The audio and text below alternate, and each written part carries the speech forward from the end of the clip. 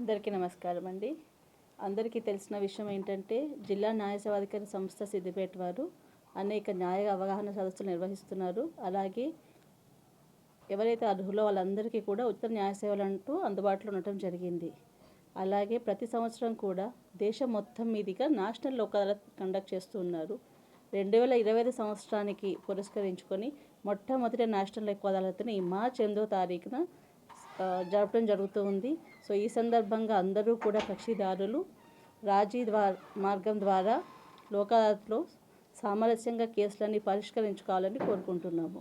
దీనికి సంబంధించి ప్రతి పంచాయతీలో కూడా, అలాగే ప్రతి ట్రాఫిక్ సిగ్నల్ దగ్గర, బస్ స్టాప్లో కూడా ఓవరాల్గా నేషనల్ లోక్ అదాలత్ గురించి ప్రతి ఒక్కరికి కూడా ప్రచారం చేయడం జరుగుతూ ఉంది.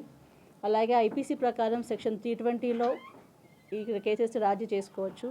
అలాగే కొత్తగా వచ్చిన యాక్ట్ ప్రకారం BNSSలో సెక్షన్ 359 ప్రకారం కూడా మీరు రాజీ చేసుకోగల కేసుల లిస్ట్ ఉంటుంది.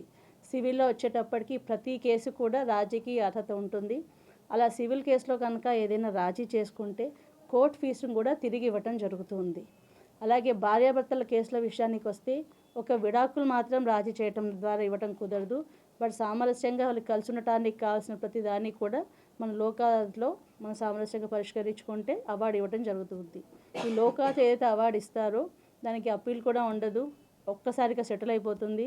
సో కక్షిదారులు అందరూ ముందుకు వచ్చి ఈ విధంగా అందరూ సెటిల్ చేసుకోవాలని, ప్రతిసారి లాగే ఈసారి కూడా చాలా పెద్ద ఎత్తున ప్రజలందరూ ముందుకొచ్చి వాళ్ళ కుటుంబాన్ని, అలాగే సమాజంలో కూడా సత్సంబంధాలు నిలుపుకోవటానికి లోక్ అదాలత్ ద్వారా కేసులు పరిష్కరించుకోవాలని కోరుకుంటున్నామండి.